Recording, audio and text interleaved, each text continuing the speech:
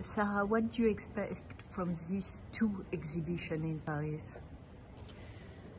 Well, it's always fascinating to see an exhibition you've worked on in a different location and to see how that curator interprets the work, what they put next to each other. And with Mitchell in particular, the combinations really influence how one painting looks. You see things, make connections that you wouldn't be able to make in different contexts. So I was really looking forward to seeing how Olivier Michelin put the work together, to seeing it in these beautiful galleries at the Fondation.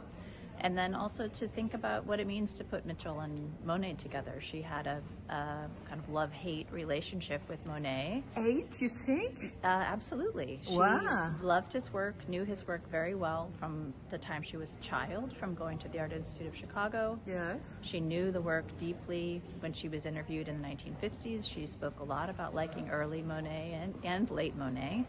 She said that she liked only the late Monet, right? Late Monet was definitely her preference. But then when she moved to Vuitton, which of course was a place that Monet lived and painted, many people, friends and critics began to say, oh, you're the next Monet, and compare her to Monet. And that was just against every fiber of her being. And she found it, annoying and kind of rankled her, and she... Too obvious, and she didn't want to be compared. Of course. So she wanted to be singular, and so she kind of rebelled against the comparison. But she still took friends to see Giverny, she still went to exhibitions, so she was looking and processing, and she had a deep respect, I think, for Monet. And do you think there's a misunderstanding about Joan Mitchell?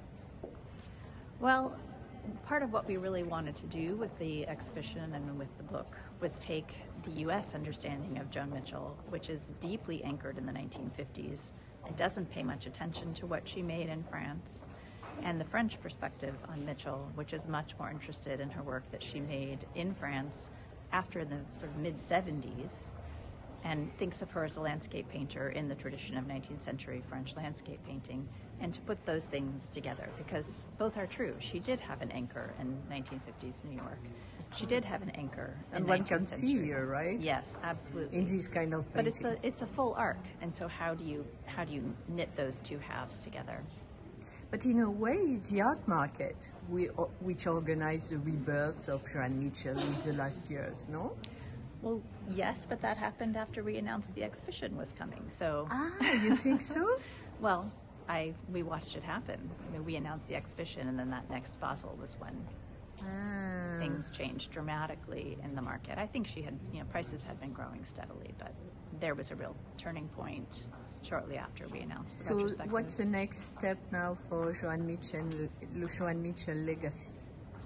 Well, I think there's still quite a lot of work to be done. I mean, there are bodies of work that have not been fully explored. It would be lovely for someone to do a sunflowers, exhibition.